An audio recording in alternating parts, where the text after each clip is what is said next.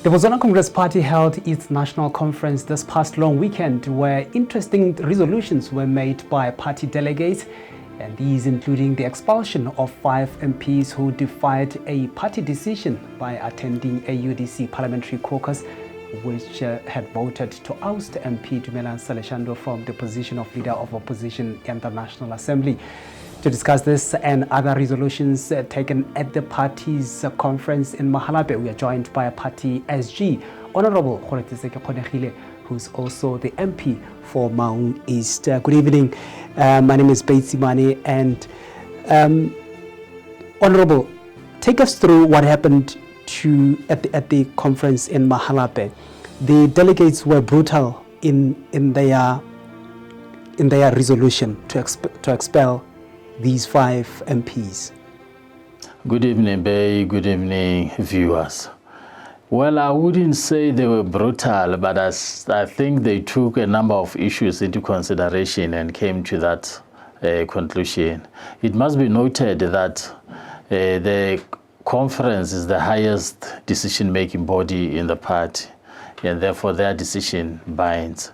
So the conference is also mandated to correct decisions that have been made by the Central Committee in between the conferences. And as the Central Committee, it was our mandate to report to the conference what transpired during the whole year. That was inclusive of our decision as Central Committee to suspend the 5 MPs pending disciplinary hearing, of which the delegates, the conference said, yes, we hear that you have suspended pending disciplinary hearing, but as a conference, we are extremely aggrieved by their action, and therefore we are resolving that they be expelled from the party immediately. Was this a unanimous decision, or there were some delegates who had the feeling that probably they could be given a chance to huipobola, in other words? Well, unlike other resolutions, this resolution was not unanimous. Commonly what we do within the conferences is that we divide the delegates between different commissions, discussing different reports and speeches, and they come up with suggestions to be made as resolutions by the conference.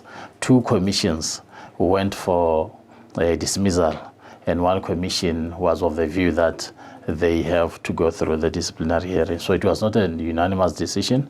As leadership, we therefore, in transparency, in the name of transparency and fairness, we put the issue to vote, and the majority of the delegates voted for dismissal, immediate dismissal from the party. Mm-hmm. Some of the delegates were coming from their regions or their constituencies. Were they part of the people who said they must be expelled? Yes. 5 constituencies, yes. They were from 5 constituencies because there are 5 different MPs. And therefore, ironically, some of the constituencies of these 5 MPs were very vocal that they have to be expelled. And 1 or 2 were sympathetic to the MPs, but 3 or 4 were... Did they put any reason why they must be expelled, as in comments from the floor of the conference? Well, apparently, yes, they did. They are saying these comrades are organizing for the enemy within the party, so they have to go. So it's like comrades, some of them have long made a decision that they are quitting. And this action to defy the party instruction was not a coincidence. It was just part of the deliberate action, program of action that they've put in place. So it is in that context that their delegates or their constituencies were saying, let them go. Was the party's Central Committee aware of these allegations going into the conference? That the action to defy the party was somehow long planned by some of these MPs? Yes, we have been made aware of that. And we have sat down with these MPs a number of times to say, comrades, Ghana, this is the direction that you seem to be taking, but it's not the right direction. and it's not in the interest of the party. Some were stubborn, some assured us of a paradigm shift in terms of changing their behavior within the party. Unfortunately, it has reached this stage. And this is the Ygrind on YTV. We take a short break. We'll be back after this.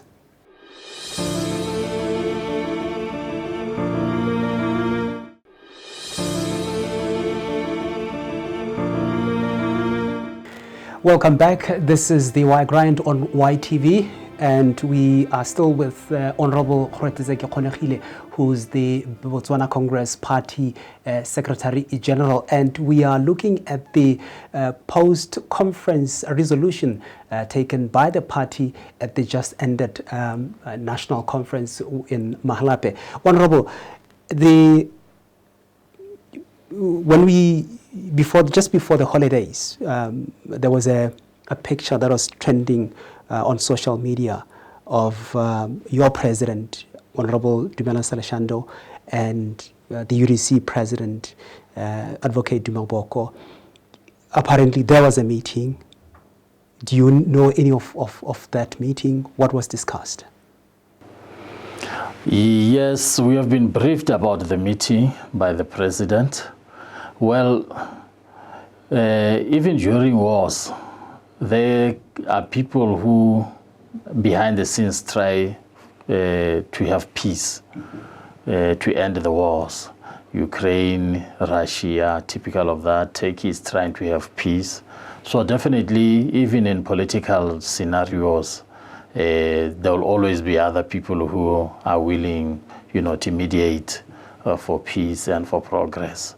It seems that was the case, and therefore we have been briefed that those people tried to mediate so that there could be peace between BCP and UDC in terms of, having the suspensions lifted, in terms of the mediation, independent mediator coming into UDC, try to mediate and have significant progress and peace within UDC, the democratization, all these things that we have been saying are challenges within UDC. We understand those were the issues that were discussed, but nothing concrete. Nothing concrete. And as a leadership, it was difficult for us to take that before the Congress because it's not something that we were involved in. It is just behind the scenes thing, so it's nothing official. We hear there was some form of reconciliation coming from the UDC president saying, can we and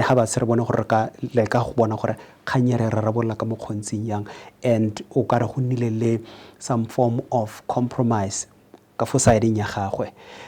Do you see that happening in the near future? Well, one of the resolutions that we took as BCP was that, there was this outcry that UDC is not working for us. We need to get out. But the decision that we took was that let's give UDC 6 more months to see if it cannot self-correct. And then after 6 months, end of the year, that's if it does not self-correct, then we will have to find a new path. Hopefully that will happen. Honorable, you guys are part of it as the BCP. When you say self-correct, meaning helping to correct whatever wrong that could be within the UDC, are you going to just sit back and see UDC correct At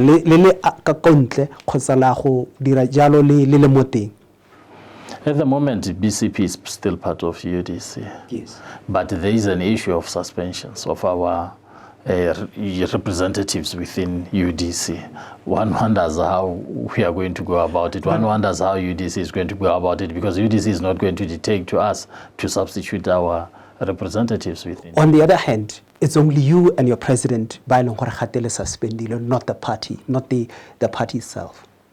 Yeah, but those are the main representatives of the party. The president is the coordinator, is the overall man within the party. The secretary general is comes as an assistant to the president. If the president is not there, we depend on the vice president or the secretary general to take over the mantle. So if these two are not there, BCP definitely is wounded and cannot be adequately represented if they're not there.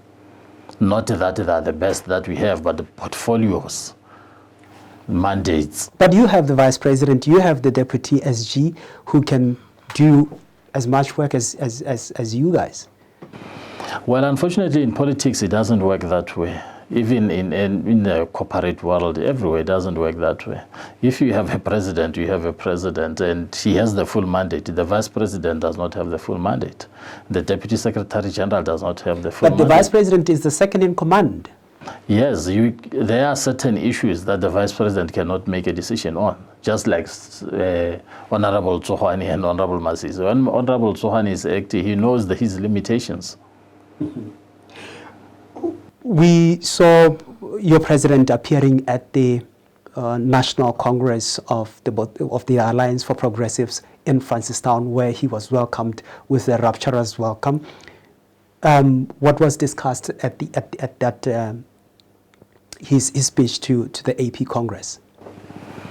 Well, AP has a resolution that the bilateral relations with BCP should continue. And we also have that resolution as BCP that the bilateral relations with AP should continue. To be honest, if UDC does not work for BCP, then, and if the broader coalition does not work for AP and BCP, then it means AP and BCP have to find a path together. So the bilateral relations are important. What is the feeling from what is the feeling from the conference delegates about this new relationship with AP? No, they're very comfortable with it. They're very comfortable with it. In fact, they feel that we are delaying in forging concrete relations with AP so that we can go forward, because we seem to be, at the moment, like-minded. We seem to be not having extremely divergent views. We seem to be seeing things from the same direction. Mm-hmm. Do you think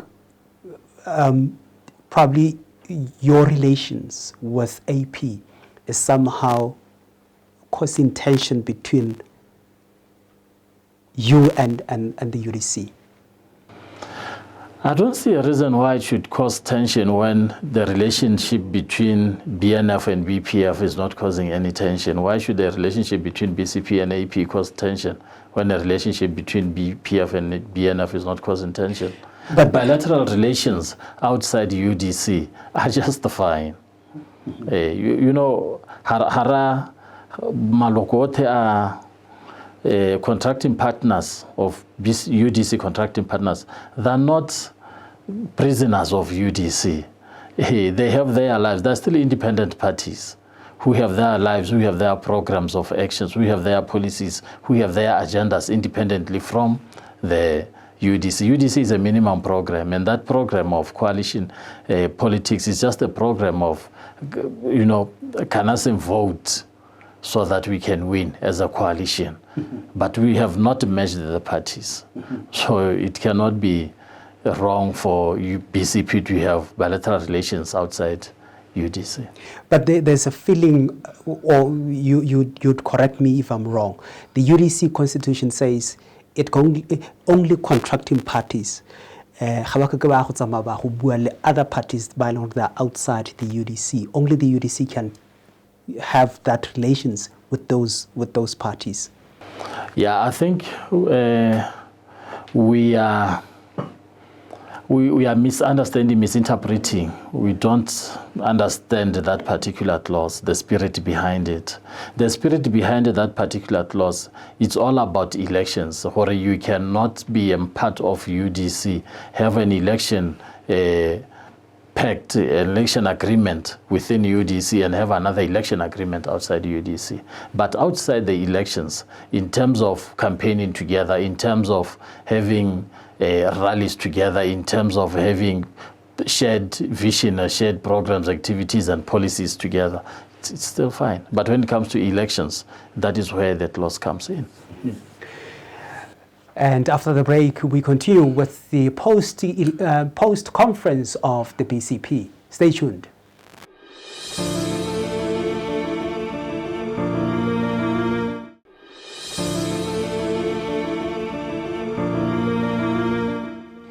Welcome back, and we are in the last segment of the Ygrind on YTV. Honorable, let's talk about the 6 months that you've given the UDC to Ygrind, as you said. And what is it that you want from the UDC? What are the changes that you want to see in the 6 months before you decide on whether to exit or to remain? Yes. There are a number of issues that we want, to be undertaken in 6 months. We have always talked of the Constitution, the UDC Constitution.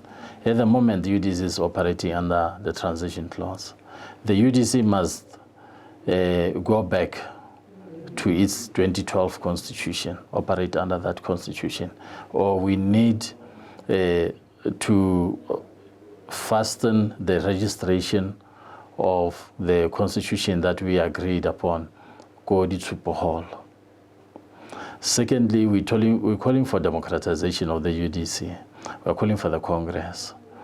When we call for the Congress, people tend to think that BCP, it's elective, or that BCP wants to take over. It can still be elective, but we can still have 1 or 2 or 3 people still there within the posts that they're holding at the moment, they're occupying at the moment. So, but the mandates need to be refreshed. You can't have a person holding a position, a portfolio for 10 years without a mandate having been refreshed. There's nothing wrong with delegates saying, of course, we are refreshing mandate, but we are returning this person to this particular mandate. Still fine.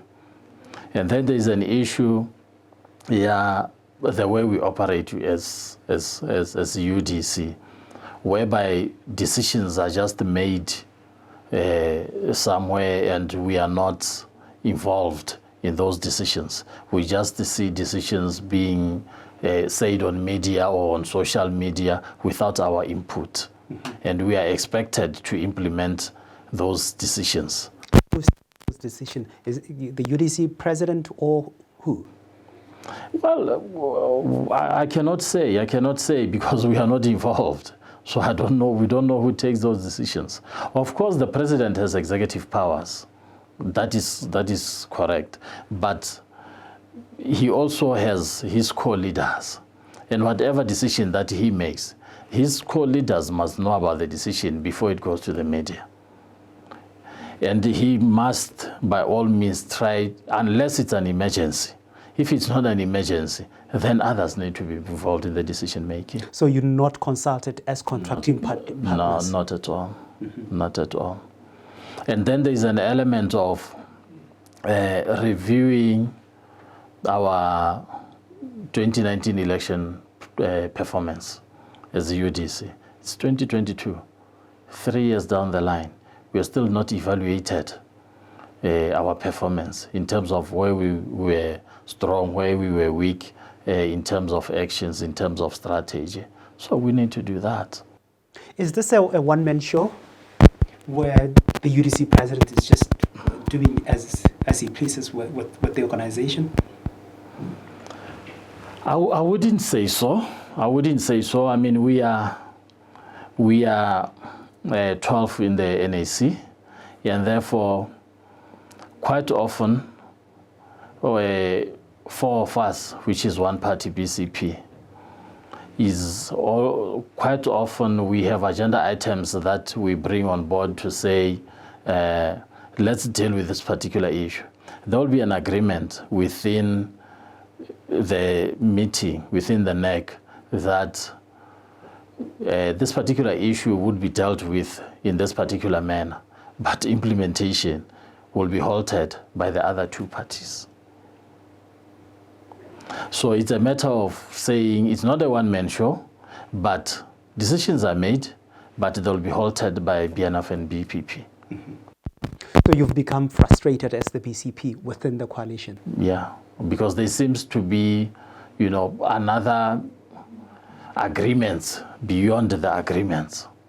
I mean, it's not coincidental that in each and every action, two parties are holding an agreement.